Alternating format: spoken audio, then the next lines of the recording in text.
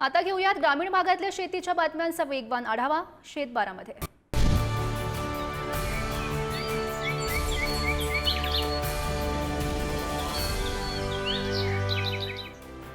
पुण्याच्या बोरमध्ये मे महिन्यामध्ये झालेल्या पावसामुळे सुमारे 130 हेक्टरवरील उन्हाळी बागायती पिकांचं नुकसान।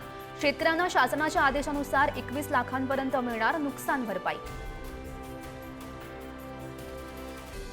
नवी मुंबईच्या एपीएमसी मार्केटमध्ये व्यापाऱ्यांच्या गाळ्यात 150 गाड्या शेतमाल पडून पावसामुळे खरेदीदारांनी भाजीपाला बाजाराकडे फिरवली पाठ। बाजारभावात 40 ते 50% घसरण। धुळे तालुक्यात मूग पेरणीला सुरुवात। अहिराणी भाषेतील विविध गाणी म्हणत पेरणीला सुरुवात। अमरावती जिल्ह्याच्या अनेक भागांमध्ये कपाशी सोयाबीन लागवडीला सुरुवात। जिल्ह्यात यावर्षी 7 लाख हेक्टरवर पेरणीचा अंदाज। 2,65,000 हेक्टरवर सोयाबीन तर 2,55,000 हेक्टरवर कपाशीची लागवड होणार। संभाजीनगरमध्ये पावसानं विश्रांती घेतल्यानं शेतीच्या कामांना वेग। पावसानं जमिनीला वापसा आल्यानं कोळपणी खुरपणी आणि फवारणीची कामं सुरू। सांगली जिल्ह्यात खरीप हंगामातील पिकांच्या पेरणीला आणि कर्ज वितरणाला सुरुवात। एप्रिल अखेर 43,743 शेतकऱ्यांना 387 कोटी 14 लाखांचं पीक कर्ज वाटप। जिल्हा बँकेनं सर्वाधिक कर्ज वितरण केल्याचीही माहिती। बुलढाण्याच्या चिखली तालुक्यात खरीप हंगामासाठी शेतकऱ्यांची युद्धपातळीवर तयारी। पेरणीपूर्व मशागतीच्या कामांना वेग।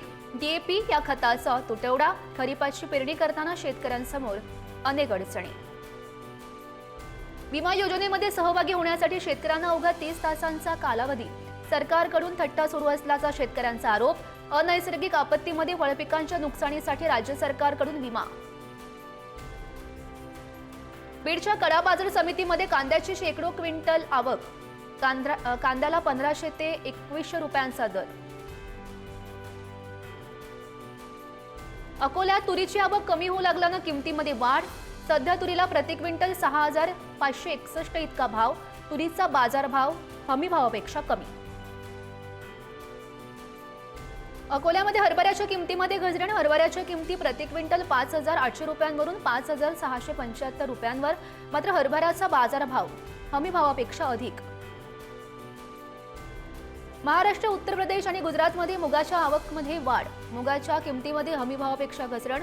अकोल्यामध्ये मुगाची किंमत प्रति क्विंटल 7,000हून घसरून 6,070 रुपयांवर।